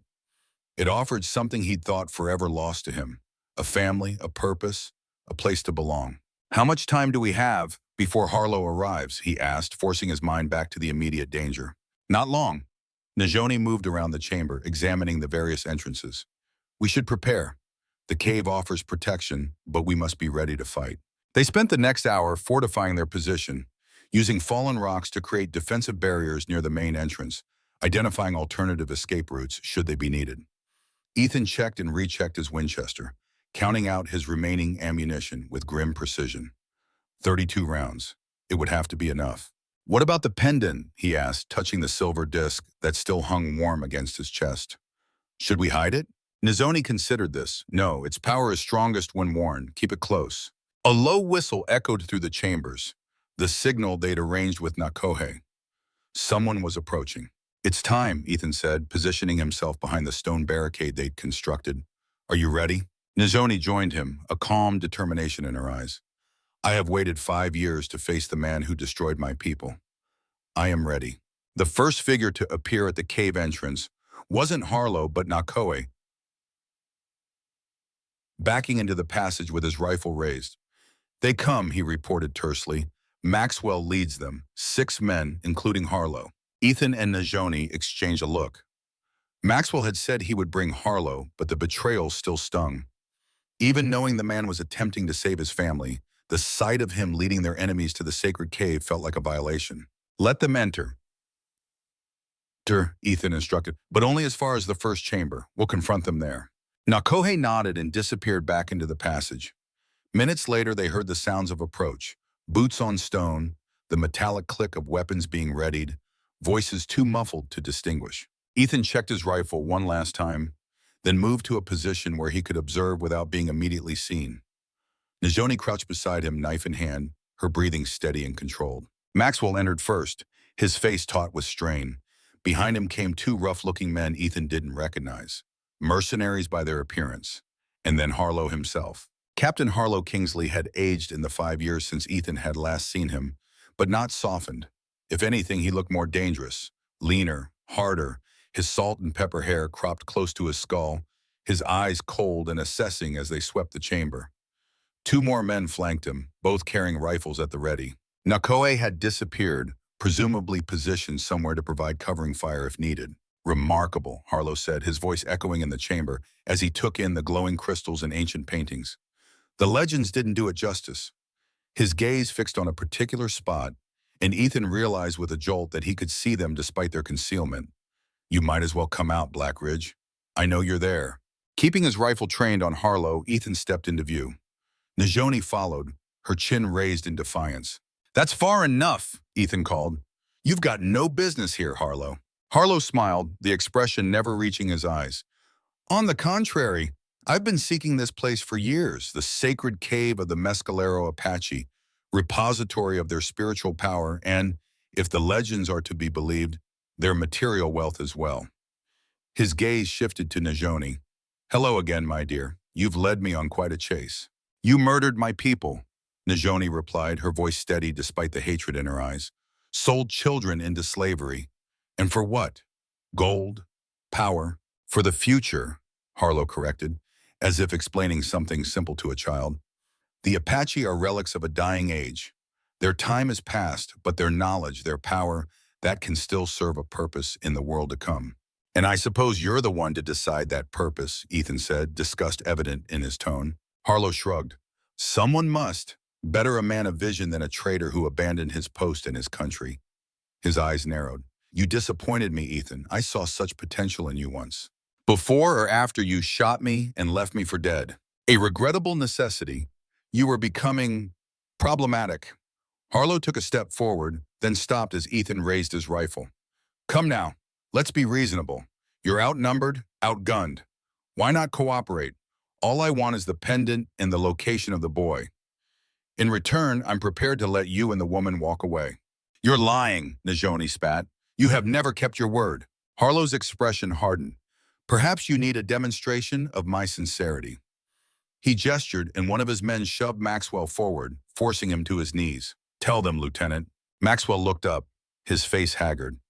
He has Emily and the boys at a camp 2 miles from here. Not the mining camp, he moved them. If you don't cooperate, he'll signal his men to kill them. Ethan felt a cold weight settle in his stomach. Their plan had hinged on Maxwell's family being far from here, being rescued by Sanchez and Wilcox. If they were nearby instead. You see my dilemma, Maxwell continued, his voice breaking. I'm sorry, Ethan, I truly am. Enough talk, Harlow snapped. The pendant, Blackridge, now. Ethan's mind raced, searching for options. Behind the stone barricade, out of sight of Harlow and his men, Nizoni touched his arm and nodded subtly toward the seeing pool in the chamber beyond. A plan began to form. All right, he said, lowering his rifle slightly. but only I know how to activate the pendant's power. Let Maxwell go and I'll show you. Harlow considered this, suspicion warring with greed in his eyes. Very well, but my men keep their weapons trained on both of you. One false move, and the woman dies first. He signaled, and Maxwell was roughly pulled to his feet and pushed to the side. Still within easy shooting range, but no longer directly threatened. This way, Ethan said, backing slowly toward the inner chamber. The pendant works in conjunction with something called the seeing pool. Harlow followed, his men spreading out to maintain their tactical advantage. As they entered the chamber with the raised dais, Harlow's eyes widened at the sight of the crystalline basin. Extraordinary, he breathed, momentarily forgetting his caution as he approached the pool. Is this how you communicate with the spirits? Yes, Ethan replied, moving to position himself on the opposite side of the basin. But it requires the pendant. He raised the silver disc, which now glowed with the same blue-white light as the crystals in the walls, and knowledge of how to use it. Nizhoni had shifted to stand near one of the other exits from the chamber, her movements so subtle that Harlow's men paid her little attention, focused as they were on the glowing pendant. Show me, Harlow demanded, leaning over the basin. Ethan made a show of holding the pendant over the water, murmuring words in Apache that Nizhoni had taught him, a prayer for guidance, though Harlow wouldn't know that. The water in the basin began to ripple and swirl, colors forming and dissolving beneath its surface. It's working, Ethan said, drawing Harlow's attention more fully to the pool. Look deeper. The visions will come. As Harlow bent closer, enraptured by the swirling patterns, Ethan caught Nizhoni's eye and nodded once, sharply. In a fluid motion, Nizhoni seized a crystal from the wall and hurled it to the floor with all her strength. It shattered with a sound like breaking glass, but magnified 100-fold, the noise reverberating through the chamber painfully. Simultaneously, the lights in the cave pulsed blindingly bright, then plunged into complete darkness. In the chaos that followed, Ethan launched himself across the basin, tackling Harlow into the pool. They crashed through the water, which was far deeper than it appeared, plunging into icy coldness that stole Ethan's breath. He grappled with Harlow beneath the surface, both men fighting for dominance as they sank deeper. Above, muffled by the water, he could hear gunshots and shouts. Nizhoni and Nakohe would be dealing with Harlow's men. He had to trust them to handle it while he dealt with Harlow himself. The captain was strong despite his age, his movements precise and deadly even underwater.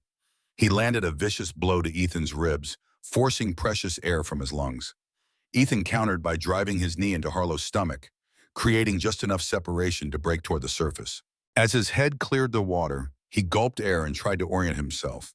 The chamber was still in near total darkness, save for a faint glow from the pendant still around his neck. The sounds of struggle continued from multiple directions. A hand seized his ankle, dragging him back under. Harlow's face loomed before him in the dim light, contorted with rage. The man had a knife now, its blade glinting as he slashed toward Ethan's throat. Ethan caught his wrist, barely deflecting the strike, but Harlow's momentum carried them both deeper into the pool. They hit bottom hard, kicking up silt that further obscured the already minimal visibility. Ethan's lungs burned for air, but Harlow maintained his grip, clearly intending to drown him if the knife failed. In desperation, Ethan reached for the pendant, which still glowed faintly. As his fingers closed around it, a strange clarity came over him. Time seemed to slow, and in the murky water, he saw not Harlow, but the faces of those the captain had murdered. Apache men, women, and children from Whispering Valley. Among them was a face he recognized from Nizhoni's descriptions. Dakota, her brother. Dakota's spectral form reached out, touching Harlow's shoulder. The captain convulsed as if struck by lightning, his grip on Ethan loosening. More spirits appeared, surrounding Harlow, their expressions neither angry nor vengeful, simply resolute, as if fulfilling a long-delayed justice. Ethan kicked free, his lungs near bursting, and swam for the surface. As he broke into air, the lights in the chamber suddenly returned, revealing a scene of aftermath. Two of Harlow's men lay dead near the entrance. Another was being restrained by Nakohe, while Maxwell held the fourth at gunpoint. Of the final mercenary, there was no sign. Nizhoni rushed to the edge of the pool, extending a hand to help Ethan out. "Harlow?" she asked tersely. Ethan shook his head, water streaming from his clothes. "Still down there, but I don't think he's coming up." As if to prove him wrong, the water erupted as Harlow surfaced, gasping and thrashing. But something was wrong. The captain's eyes were wide with terror, and he clawed at the air as if fighting invisible assailants. "No!" he screamed. "Get away from me! I command you!" No one moved to help him as he floundered in the pool, ranting at phantoms only he could see. Finally, his strength seemed to fail him, and he slipped beneath the surface once more. This time, he didn't resurface. The chamber fell silent, save for the gentle lapping of the now still water. Ethan stood dripping at the edge of the pool, the pendant cold and inert against his chest. "What happened down there?" Maxwell asked, keeping his gun trained on his prisoner. "I'm not sure," Ethan replied honestly. "I think the spirits of Whispering Valley claimed him." Nizoni nodded, unsurprised. The cave judges those who enter with darkness in their hearts. Maxwell's prisoner, a wiry man with a scarred face, spoke up unexpectedly. His family, the woman and children, they're in a cabin northeast of here, about 2 miles, like he said. All eyes turned to him, suspicious of the sudden cooperation. The man shrugged. "I've got no loyalty to Harlow, not anymore. He was going mad, talking to spirits, obsessed with treasure and power. I signed on for money, not whatever this is." He glanced at the pool where Harlow had disappeared with evident unease. "If you're lying," Maxwell began. "I'm not. I've got kids of my own. I never signed on to threaten families." Ethan exchanged looks with Najoni, then with Maxwell. "We need to move quickly. Harlow's other men will be wondering why they haven't heard from him."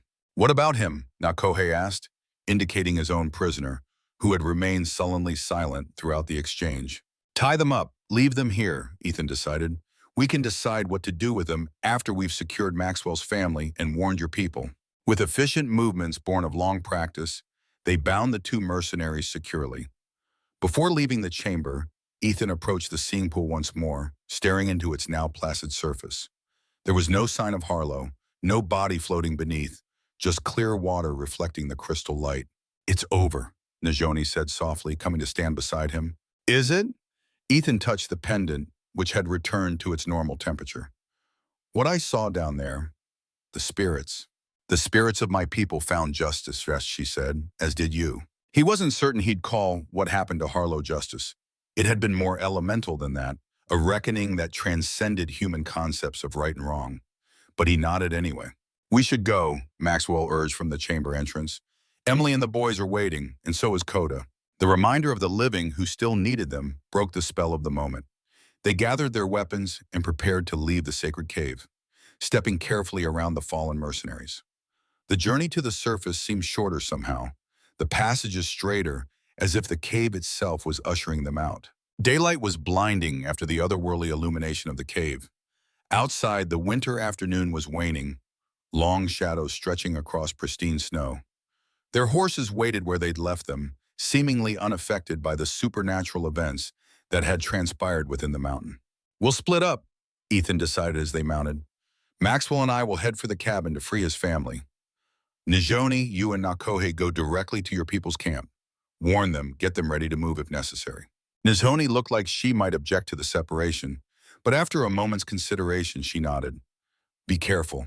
Some of Harlow's men may still be loyal to him, even with him gone." "We will," Ethan assured her. "We'll join you at the camp by nightfall." Nakohe, who had been scanning the surroundings with the keen eyes of a hunter, suddenly tensed. "Riders," he said, pointing toward a distant ridgeline. "Many riders." Ethan followed his gesture and felt his heart sink. At least a dozen men on horseback were silhouetted against the sky, and they were moving with clear purpose in their direction. "Harlow's other men," Maxwell confirmed grimly. "They must have realized something went wrong." "There's no time to reach either the cabin or the Apache camp before they catch us," Ethan realized. "We need to make a stand, buy time for your people to escape." Nizoni's expression hardened. "Whispering Valley," she said. "We make our stand there, where my brother and my people fell. It is fitting." No one argued. They turned their horses toward the valley, pushing them to a gallop. The approaching riders spotted them and changed course to intercept, but they had a good head start. They reached the entrance to Whispering Valley with the pursuers still a half-mile behind.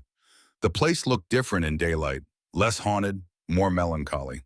The charred remains of lodges stood like grave markers across the snowy landscape, silent testimony to the massacre that had occurred here. "There," Najoni pointed to a cluster of large boulders near the center of the valley. "Those provide good cover and clear lines of sight in all directions." They dismounted at the boulders, sending their horses running toward the far end of the valley to draw off some of the pursuers. Quickly, they established defensive positions among the rocks, distributing their limited ammunition. 10 men, maybe 12, Nakohe reported, having climbed to a higher vantage point. They spread out, try to surround us. Let them come, Ethan said, checking his Winchester one final time. We've got the high ground and better cover. They waited in tense silence as Harlow's men advanced cautiously into the valley. The mercenaries had indeed split into smaller groups, approaching from multiple directions, using whatever cover the terrain offered. Wait for my signal, Ethan instructed. Make every shot count. The first shot, however, didn't come from any of them. It cracked from somewhere to the east, dropping one of the approaching men instantly. A second shot followed immediately, then a third, each finding its mark with deadly accuracy. Confusion spread among the mercenaries, who scrambled for better cover, unsure where the new threat was coming from. What the hell, Maxwell muttered, peering cautiously over their barricade. More shots rang out, now from multiple directions. Ethan realized with a shock that they were surrounded, not by enemies, but by allies. My people, Najoni breathed, a smile breaking across her face. They've come. From the tree line emerged Apache warriors, firing with precision at Harlow's disorganized men. And from the western approach, adding to the attackers' confusion, came two familiar figures on horseback, Sanchez and Wilcox, Maxwell's loyal men. The battle was brief and decisive. Caught in a crossfire between the Apache warriors and their former comrades, most of the mercenaries quickly surrendered. A few tried to flee but were cut off by mounted Apache who seemed to materialize from the forest like spirits. When the shooting stopped, an eerie quiet fell over Whispering Valley once more. Ethan stood slowly from behind the boulders, rifle still at the ready but pointed downward. A figure separated itself from the Apache group and approached their position. An old man with a deeply lined face and white hair in two long braids. Despite his age, he walked with the straight-back dignity of a natural leader. Grandfather, Najoni said, stepping forward to meet him. They embraced briefly, speaking rapid Apache that Ethan couldn't quite follow. The old man turned to Ethan, studying him with penetrating black eyes. You wear the soul pendant, he said in perfect English. My granddaughter must trust you greatly. Ethan touched the silver disc reflexively. She does me too much honor. Perhaps, or perhaps not enough. The old shaman extended his hand. I am Gray Cloud. My people owe you a debt, Ethan Blackridge. How do you know my name? Gray Cloud smiled enigmatically. The spirits speak of you, as does my grandson. He gestured, and from behind him emerged a boy of about 6 with solemn eyes, Coda. The boy's serious expression transformed into pure joy as he ran to her, flinging himself into her embrace with such force she nearly toppled over. I knew you would come back, he said, his voice muffled against her shoulder. I saw it in my dreams. Ethan watched their reunion with a complex mixture of emotions, joy for Najoni, bittersweet remembrance of the family he'd lost, and something new, something like hope. The pendant seemed to pulse once against his chest, warm and then cool again, as if responding to his thoughts. Movement caught his eye, Sanchez and Wilcox approaching, leading horses with 3 figures mounted on them. Maxwell gave a cry of relief and ran toward them. Emily, boys! His wife and twin sons were pale but unharmed, their faces lighting up at the sight of him. The family's reunion was as emotional as Najoni's with Coda, with Maxwell gathering them all in his arms as if he'd never let go again. In the aftermath of the brief battle, Apache warriors were rounding up the surviving mercenaries. Ethan noticed that they were being treated firmly but not cruelly, bound but not mistreated, given water when they asked for it. What will happen to them? He asked Gray Cloud, nodding toward the prisoners. We will take them to the nearest army outpost, the old man replied, with evidence of their crimes. My people have suffered enough from revenge. Justice is what we seek now. Nakohe appeared less convinced of this approach, his young face set in hard lines as he watched the men who had hunted his people being treated with such restraint. But he made no protest, deferring to his grandfather's wisdom. As the sun began to set, casting long shadows across Whispering Valley, preparations were made to depart. The Apache camp, Gray Cloud explained, was being relocated further into the mountains, away from the routes Harlow's men had discovered. You will come with us, he said to Ethan, not a question, but a statement of fact. Both you and the Turner family, it is not safe for you elsewhere, not until we are certain all of Harlow's network has been dismantled. Ethan glanced at Maxwell, who nodded agreement. We'd be honored, Ethan replied. Before they left the valley, Najoni led them to a small rise where stone cairns marked the mass grave of those who had fallen in the massacre. She knelt there, Coda at her side, speaking softly in Apache, a prayer for the dead, Ethan guessed, or perhaps words of farewell. Ethan hung back, feeling like an intruder on their grief, but Najoni beckoned him forward. "You should be here too," she said. "Your journey began here as much as mine did." Reluctantly, he joined them at the grave, the weight of his failure to stop the massacre 5 years ago heavy on his shoulders. Nakohe stood on the other side of his sister, his young face solemn as he paid respects to the brother he had idolized but could not save. "Takota was the wisest of us," Najoni said softly. "Our older brother always believed peace was possible. Nakohe has his courage, and I try to carry his hope." But as Ethan stood there, something unexpected happened. The burden didn't grow heavier. Instead, it seemed to lighten, as if the dead themselves were offering absolution. The pendant grew warm against his skin, and for a moment, just a moment, he thought he saw figures standing among the cairns. Takota was there, and others he didn't recognize, but somehow knew were Apache who had fallen that day. They regarded him not with hatred, but with a solemn acknowledgement, as one warrior might regard another who had fought honorably, even on the opposing side. Then they were gone, leaving only the stone markers and the fading light. But the sense of peace remained, settling into Ethan's heart like a seed taking root. "They know," Najoni said softly, watching his face. "They have always known that you tried to help." "I failed," he replied, his voice rough with emotion. "You tried," she corrected, "and now you have succeeded. Harlow will never harm another of my people." They left Whispering Valley as the last light faded from the sky, a somber procession winding its way into the mountains. Ethan rode beside Najoni, who carried Coda before her on the saddle. The boy had been initially wary of the white stranger, but his reserve was gradually melting under Ethan's gentle attempts at conversation. The journey to the Apache camp took several hours, following hidden trails that even Ethan's experienced eye would have missed without a guide. They arrived well after midnight to find the camp in orderly preparation for departure. Lodges being dismantled, belongings packed, all with the quiet efficiency of people long accustomed to mobility. Ethan was surprised by the welcome they received. Despite arriving with 4 white adults and 2 children in tow, there were no hostile looks, no suspicious whispers. Word of what had transpired at the sacred cave and in Whispering Valley had somehow preceded them, and they were greeted as allies, even heroes. Maxwell and his family were given a lodge for the night, while Ethan was invited to share the fire of Grey Cloud's family, an honor, Najoni explained, rarely extended to outsiders. They ate a simple but nourishing meal, the conversation flowing between English and Apache as naturally as if the languages were branches of the same river. Coda, initially shy, grew increasingly curious about Ethan as the evening progressed. "You fought the bad men who took Najoni?" he asked during a lull in the conversation. "I helped," Ethan replied modestly. "Your aunt is a brave warrior. She fought them too. And you wear the soul pendant now?" The boy pointed to the silver disc still hanging around Ethan's neck. "Only shaman family should wear it." Ethan glanced at Najoni, uncertain how to respond. "It's just temporary," he began, reaching to remove it. But Grey Cloud stopped him with a raised hand. "The pendant chooses its bearer," the old man said. "It has chosen you for now. There is a reason." "I'm not Apache," Ethan felt compelled to point out. "I'm not even a particularly spiritual man." Grey Cloud's smile was knowing. "The pendant does not see blood or belief, it sees heart. And yours, Ethan Blackridge, has been tested and found worthy."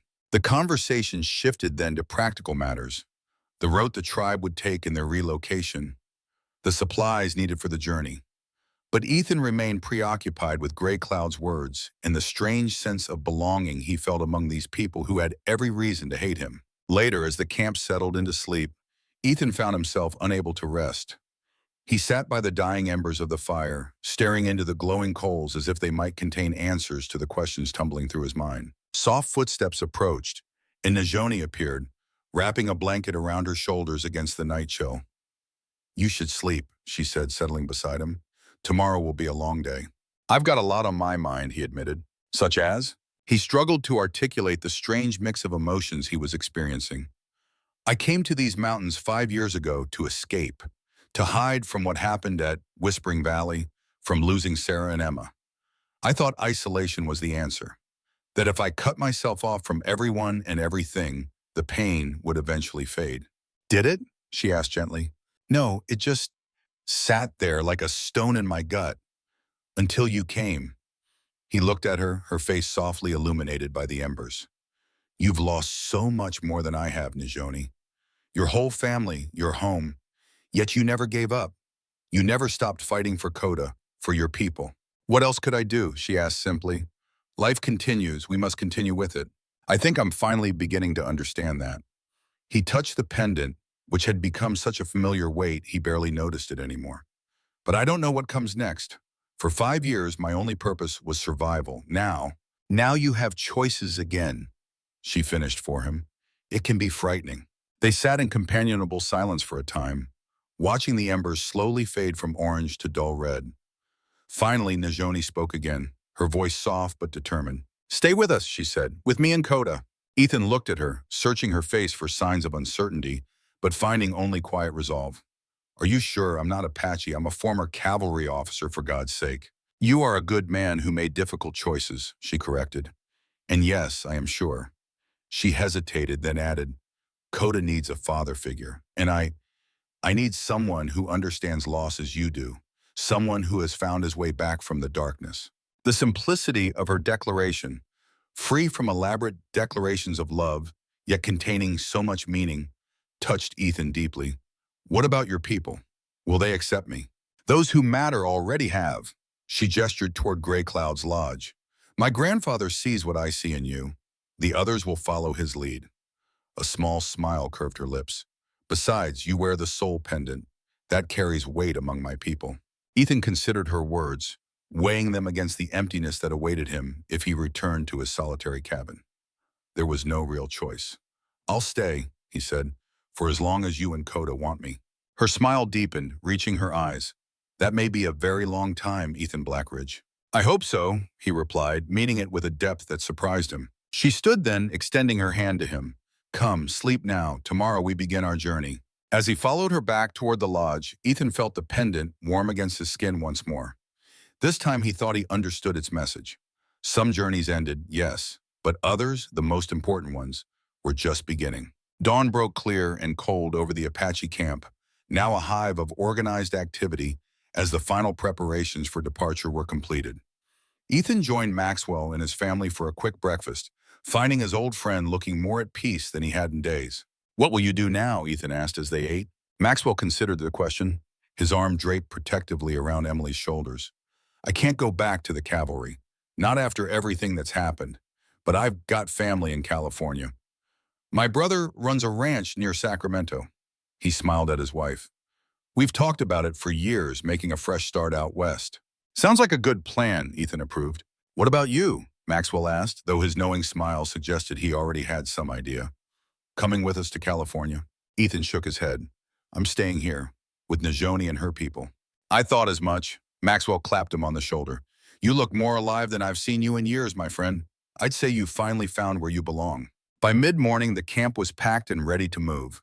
The procession wound its way higher into the mountains, following ancient trails known only to the Apache.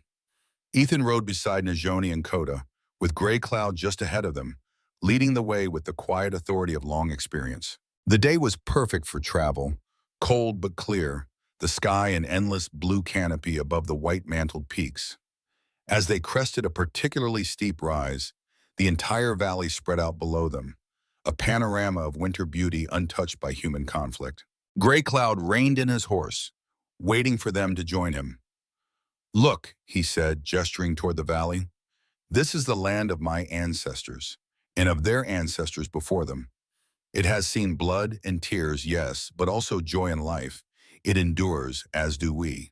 Ethan gazed out over the landscape, seeing it now not just with the tactical eye of a former soldier, but with the deeper appreciation of someone beginning to understand its significance to the people who had called it home for generations. It's beautiful, he said simply. Gray Cloud nodded, approving of his response. The white man's government has taken much from us, but they cannot take the land itself nor the spirits that dwell within it. He looked at Ethan directly. You have chosen to walk with us, Ethan Blackridge. It will not be an easy path. The easiest paths rarely lead anywhere worth going, Ethan replied. The old shaman smiled at that. True wisdom. He nudged his horse forward, continuing up the trail. Come, our new home awaits. As they followed, Coda looked up at Ethan from his place in front of Najoni on their shared mount. Will you teach me to shoot like you? He asked, his young face serious.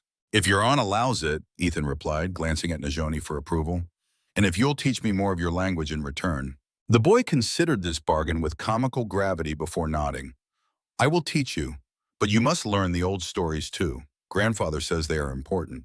I'd like that, Ethan said, finding that he genuinely meant it. Najoni watched their exchange with quiet pleasure. You two will have plenty of time for lessons, she said. The winter is long in the high country. As they continued their journey, Ethan found himself thinking of Sarah and Emma, not with the sharp pain that had been his constant companion for 5 years, but with a gentler sadness, tempered now by acceptance. They would always be part of him, but they no longer defined his entire existence.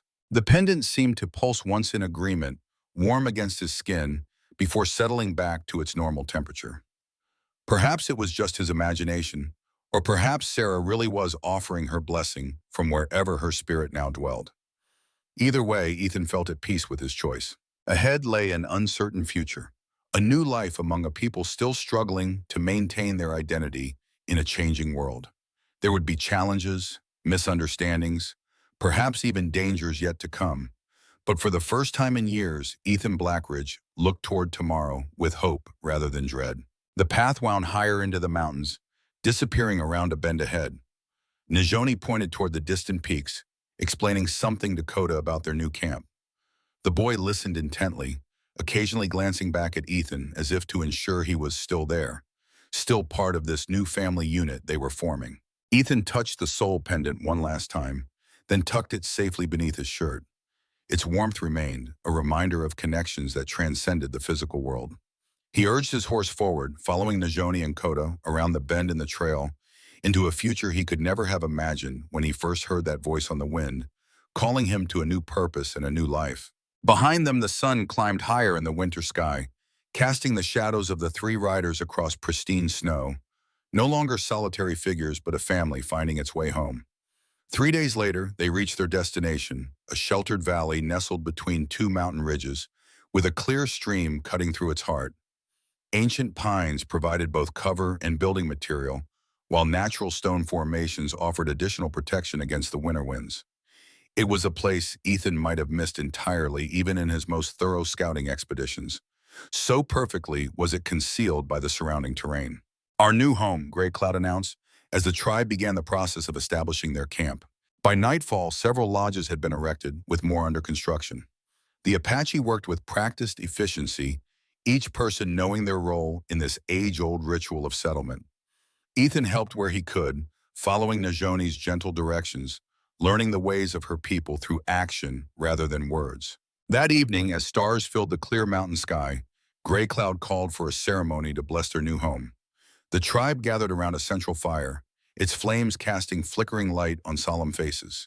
The old shaman performed rituals that Ethan didn't understand but respected, honoring the land that would shelter them and the spirits that would protect them. When the formal ceremony concluded, Gray Cloud turned to Ethan.